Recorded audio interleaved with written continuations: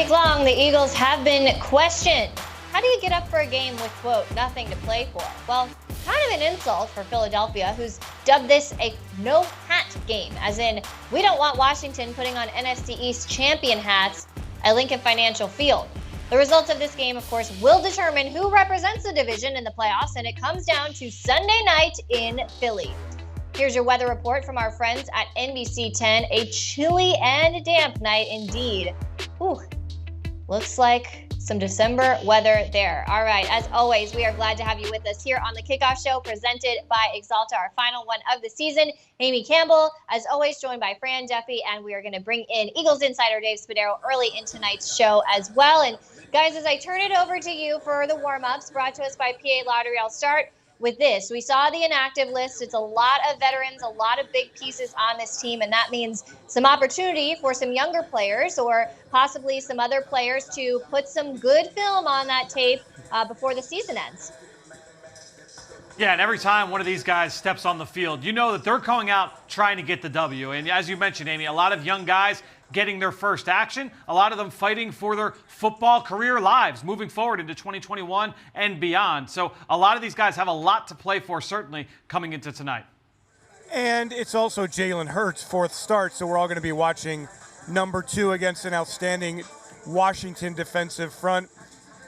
Interesting to see how it all plays out here with a makeshift offensive line, with no Miles Sanders in the backfield, with a really young group of wide receivers, and you kind of look to the future and you go, well, who is going to kind of step up? Who's going to stand out here among those wide receivers, Fran? I really think the offense has its work cut out for it against a Washington front that is going to come after Jalen Hurts hard.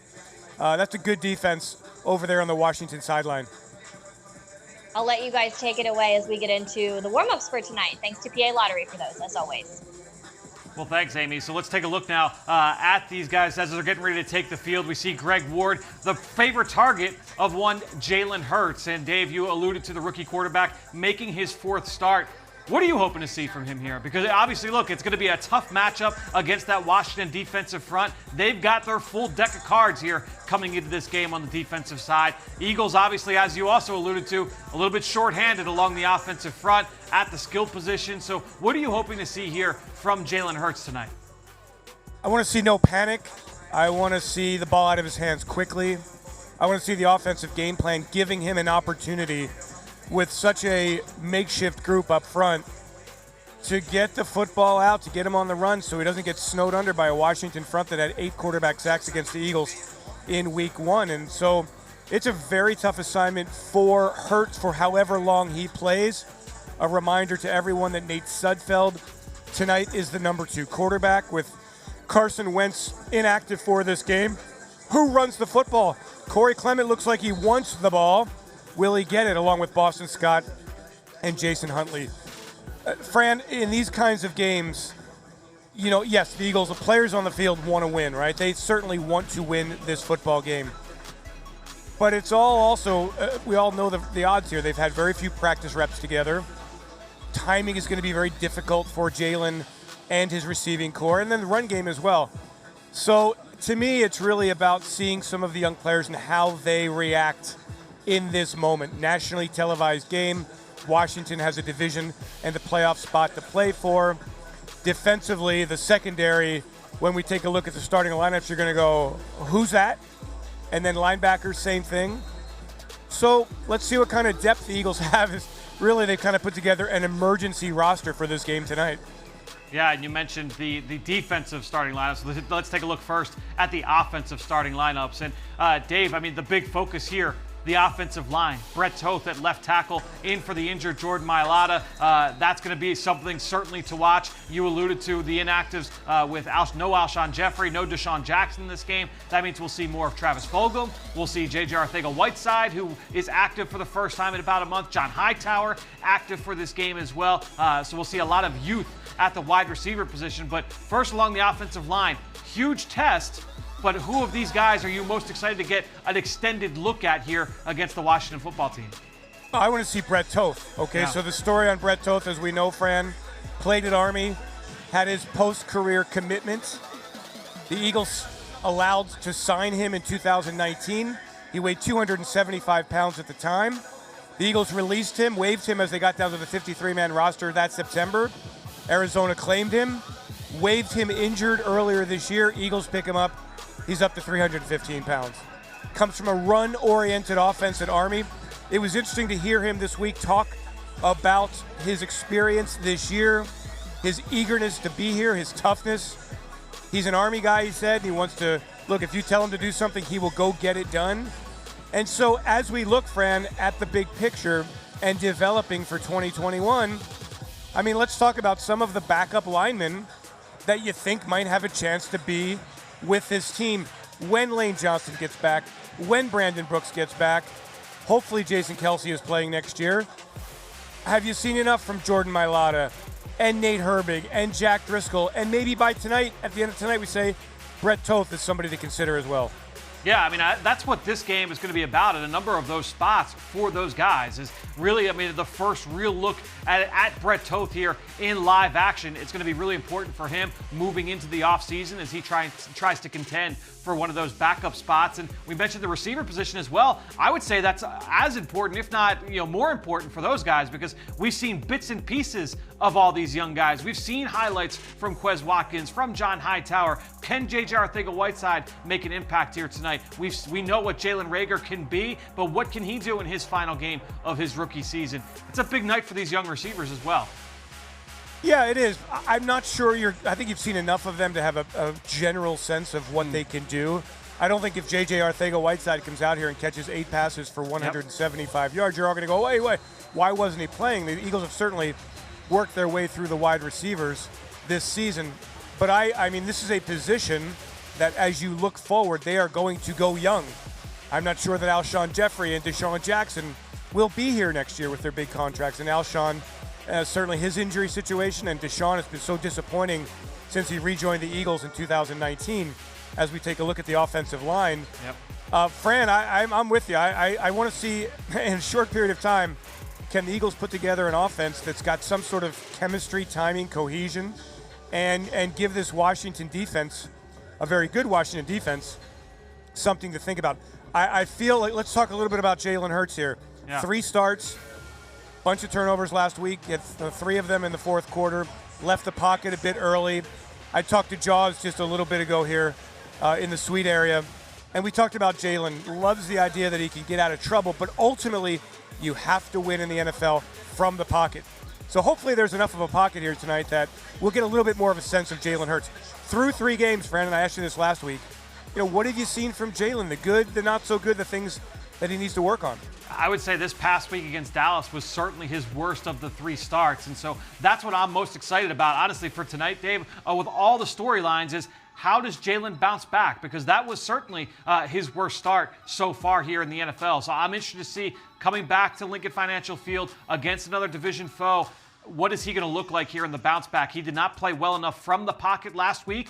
He missed some throws mentally. He missed some physically. I'm interested to see just how he can rebound. So we'll continue to talk about this offensive side of the football, but let's go back over to the defensive side because you alluded to the mismatch here in the secondary. I mean, we've got a lot of new names here that some we might have to introduce to Eagles fans, namely at corner with Jamison Houston, but no Jalen Mills, who is on the COVID-19 list. We know Nickel Roby-Coleman. He's going to miss tonight with an illness. You've got some new guys there on the back 7.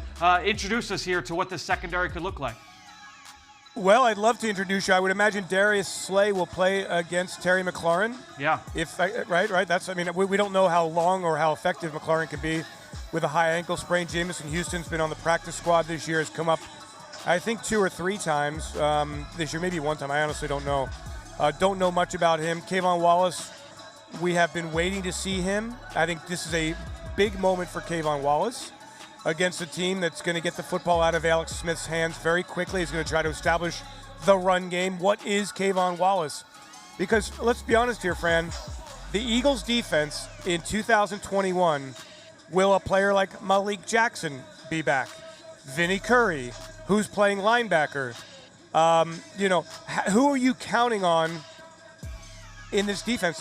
Jalen Mills is a free agent. Rodney McLeod is coming off a knee injury. So there's a significant injury again for Avonte Maddox. Who's playing cornerback next year? who's playing safety. So for somebody like Kayvon Wallace, it is a big game, a big moment for him, and I think that's what this game is all about. Those kinds of players bringing the energy, and hopefully for the Philadelphia Eagles, representing and winning a football game and sending them off into the offseason with a little teeny decent taste during a very disappointing 2020 campaign. Unfortunately, we will not get another look here at Michael Jacquet as he is going to be out with an injury. But let's go to the linebacker spot here, Dave. And with no Duke Riley here tonight, he has certainly been a very solid contributor to that linebacking core. So we'll see the young kid Joe Bacci, who the Eagles acquired off of waivers just before the New Orleans Saints game, or ironically off the New Orleans practice squad. So we'll see some Joe Bacci here tonight. I would say that's the other big name I guess we'll see an extended look at. No Fletcher Cox here, but as you mentioned, we'll see Malik Jackson in the starting lineup. What are you expecting from Joe Bacci? I expect him to run around a lot. I expect him to be a little bit frenetic. I think he's played something like 17 snaps for the Eagles since he was signed off the New Orleans Saints practice squad. Don't know a whole lot about him, a rookie. The Eagles have gone through so many linebackers this year. Nathan Gary out, Sean Bradley out, Duke Riley out. And a position group, Fran, that whoever is defensive coordinator last year, and we all know about the reports with Jim Schwartz that he's not coming back. That has not been confirmed by the Philadelphia Eagles. I'm sure Doug Peterson will talk about it after the game. But what kind of scheme are you going to run in Philadelphia if Jim is not the defensive coordinator? So for a player like Joe Bacci, a player like TJ Edwards, who's had some injuries this year, another opportunity for them to establish themselves to the personnel department, to the coaching staff. Hey guys, we're a little versatile here. We're better than maybe we've shown this year. Give us a chance. And that's really kind of what tonight is all about. A defense that's going to see a Washington offense that will run the football. Alex Smith will get the football out of his hands extremely quickly. He's very resourceful, extremely efficient. He's not going to turn it over. And the Eagles have a bunch of players who don't even know each other's names.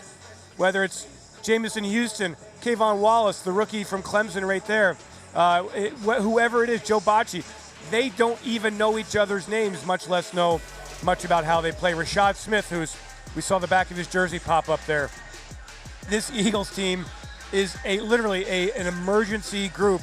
We've seen players promoted today as Nickel Roby-Coleman, the latest to go on the illness list, and Houston comes up. And all of a sudden, Jamison Houston is starting on Sunday Night Football, a nationally televised game that a whole lot of millions of people are going to be watching and wondering who in the world is that guy. Hey, young fella, this is a chance for you to make a name for yourself. Yeah, and if for people wondering, well, who is the other corner there for the Eagles when they do go to their sub package?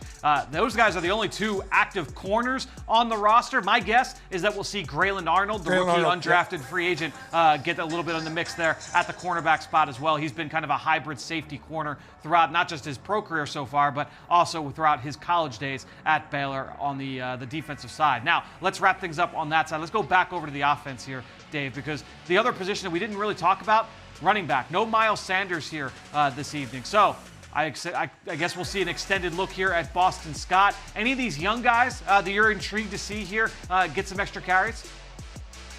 Jason Huntley, we haven't seen much of him, if he plays much at all. I don't know. I've seen enough of Corey Clement. Clement's been a disappointment. I'll tell you, it's interesting, Fran, the backup running back position. The Eagles did not go out and address it.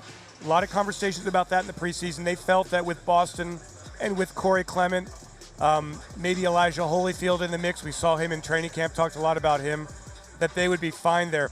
And I wonder if, as Howie Roseman and his personnel group and the coaching staff are meeting, and they ask themselves this question, do we feel good about the production that we've gotten behind Miles Sanders?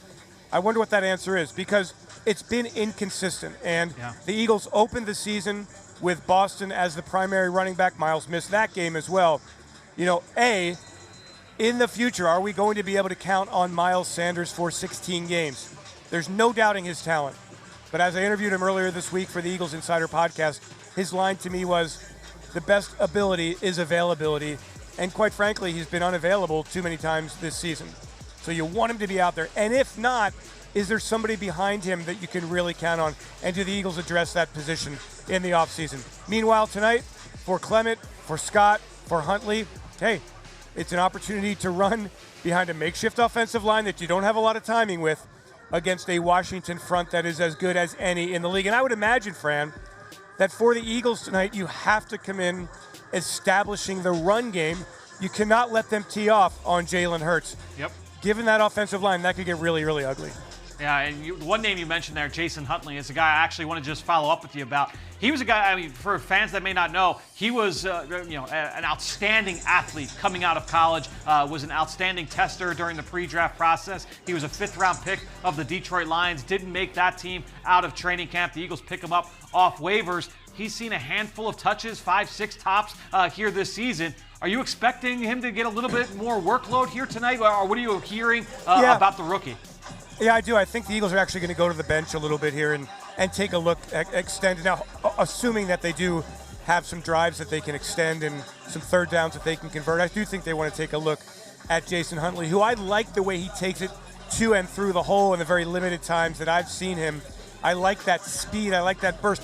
Would not be shocking to see him returning kickoffs. I just don't think Boston Scott, you really want to subject him to that punishment because the Eagles have given up quite a bit in the kickoff return game. It could be Quez Watkins as well. But, yeah, let's see what Jason Huntley's got. He's got a nice burst, runs hard, and tonight he'll get a good test against an outstanding Washington front seven.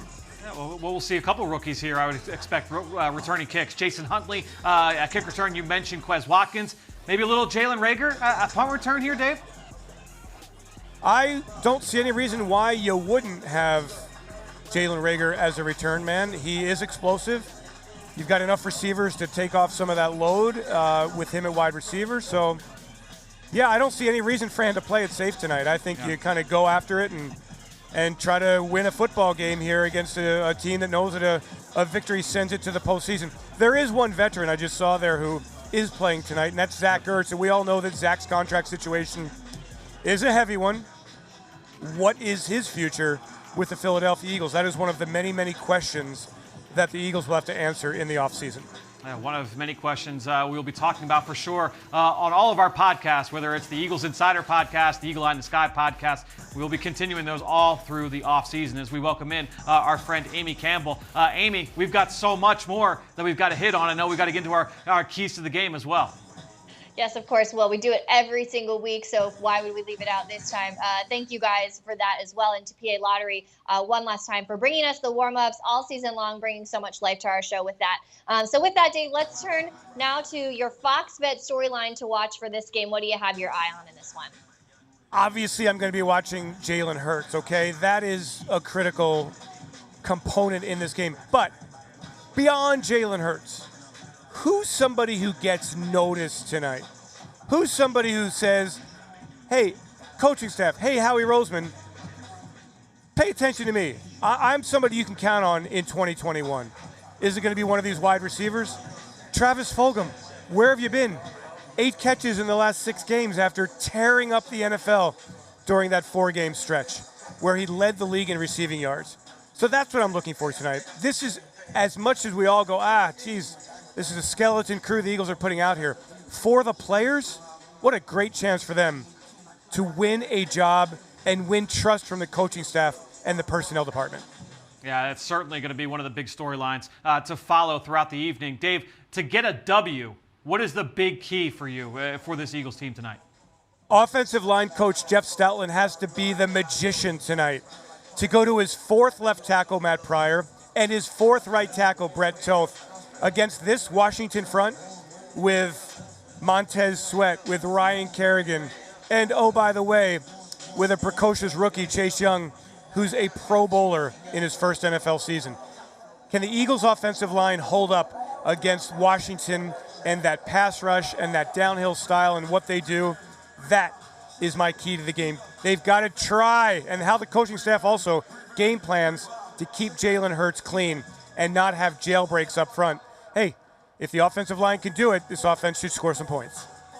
Well, and when you talk about opportunity tonight for guys, I thought, Dave, watching Eagles Edge earlier this week, the Fox Bet segment with you and Mike Quick said that everybody on this team should be thinking, this could be my last chance in green. Am I going to be proud of what I put on the tape tonight? And that really stuck with me. I'm sure we'll be watching that tonight. So we'll say thank you for tonight, or for now. We'll catch up with you in the post-game show presented by Rico as always. Thanks, Dave. All right, guys, enjoy the game tonight.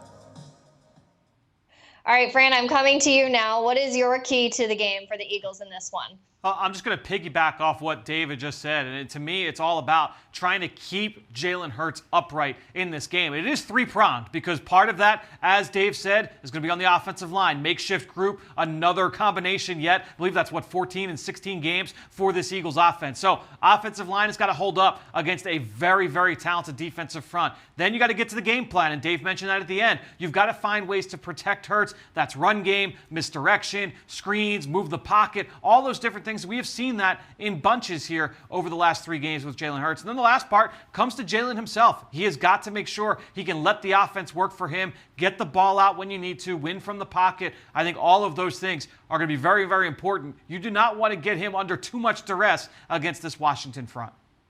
Well, and for me, it's something really simple and something if young players are trying to look impressive, this is going to be a way to do it, to play a clean and disciplined football game. It's something this team as a whole has struggled with this season, and I'm talking specifically about penalties. The Eagles 30th in the NFL in penalties per game, 6.7. We know it's been something that coach and players have been frustrated about this season. Also, the turnover battle, the giveaways. They're 30th in the NFL in giveaways with 26. So those are two things. Playing clean, playing discipline. Not only do I think that will be a key to victory for this team, but also something that young players can do to really stand out and earn some trust with this coaching staff if that's how they want to leave their mark this season. So the young players, of course, have some opportunity tonight, but let's head over to Merrill Reese and Mike Quick and hear who they have their eyes on in tonight's matchup. It's a bleak, cold, damp, rainy night at Lincoln Financial Field.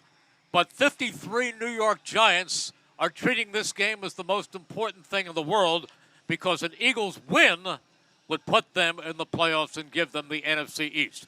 Mike, who is your player to watch? So I think there's only one guy that could make the difference in this game for the Eagles tonight. That's Jalen Hurts. So I'm going to pay a lot of attention to him for a number of reasons. That's my player to watch. That's a good player to watch because that's who everybody's going to be watching. But I'm going to be watching number 18. That's the number 1 draft choice, Jalen Reagor. He missed 5 games this year. You understand that holds back his development, but he's been out there week after week. He'll probably be returning punts tonight, and we'll see if he has the makings of an impact player. So those are our players to watch. Back to you. So I just have to say I love giving the weather report every week, but I only dream of doing it as well as Merrill Reese does, and especially right there. So when this season started, if you had predicted Alex Singleton to lead this team in tackles, I would have told you that you're totally lying, and what are you talking about? But Singleton went from valued special teamer to starting middle linebacker, and he is going to finish this season as the team's leading tackler. He's currently sitting at 106, and it's not even close. Jalen Mills is second at 74. Singleton is beloved in this locker room, and he, of course, is the subject of this week's one-on-one interview with Mike Quick. It's presented by Ponla Hockey. Alex, first of all, thank you for joining us. Your route to the National Football League was not a direct route, but I'd like to see, what is it like now that you're starting the National Football League? Yeah, it's been a long road. This is year 6 professionally, and I know last year, I got to play a little special teams, after week 7, but it's cool. I'm living the dream. As much as all the pressure and all the stress and all the stuff that comes with playing in the NFL, every day I wake up and I get to do the thing that when I was 7 years old, I told everybody I was going to do. And, whether people believed in me, didn't believe in me or whatever, I get to wake up every morning and, truly live my dream. You bounced around quite a bit, but my question is, what took so long for you to become a starter? You lead the team in tackles with 105 total tackles. What took them so long?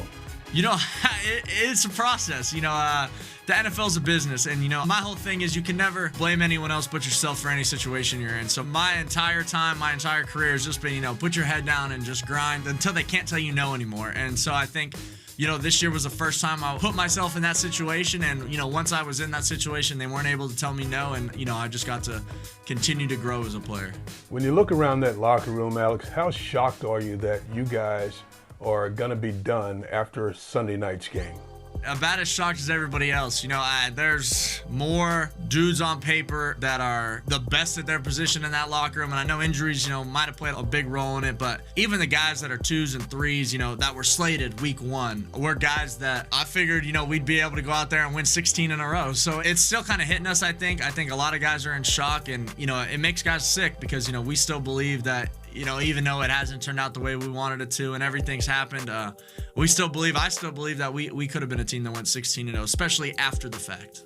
So you said it makes guys sick. So when you look around the locker room, when the way guys are reacting, what is that mood like as you prepare for the Washington football team?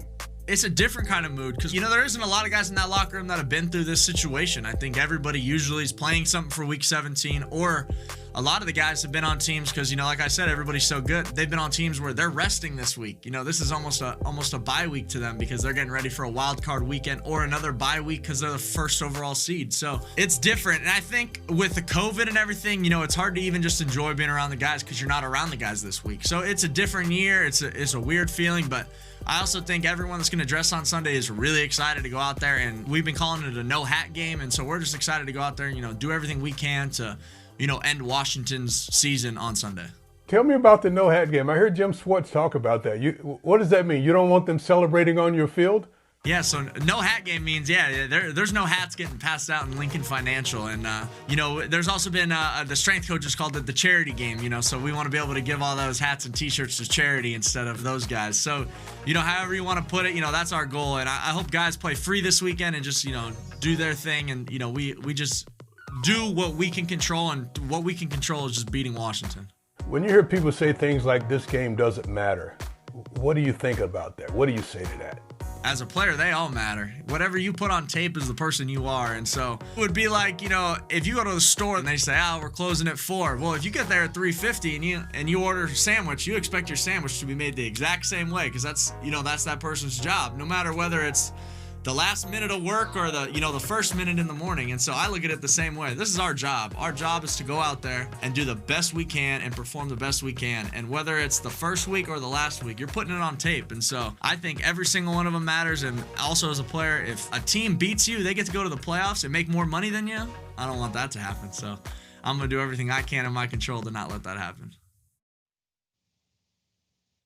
So, of course, you can't help but feel his passion for the game. I love that, Fran. This is one of my favorite players on the team. I love how much we've seen him take advantage of his opportunity this season.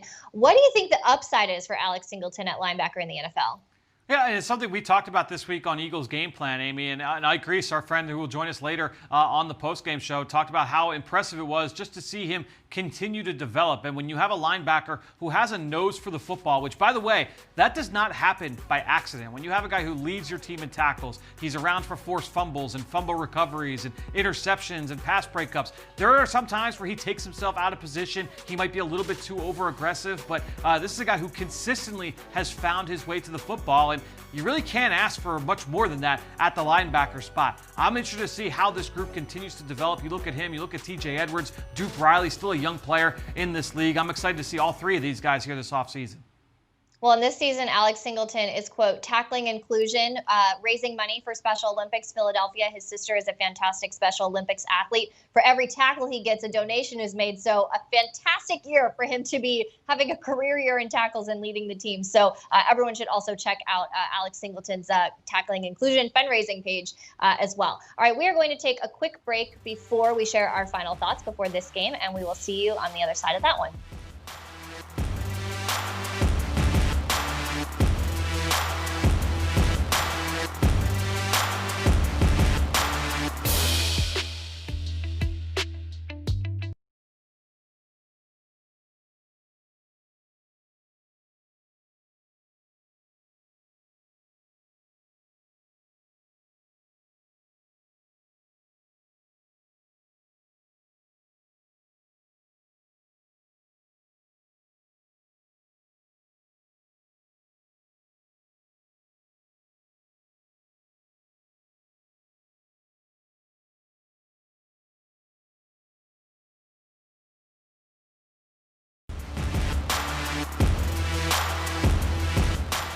The Philadelphia Eagles and Axalta Coating Systems have built a roster of all-pro teachers. Go to philadelphiaeagles.com/Axalta All-Pro Teachers to view this year's list of outstanding recipients.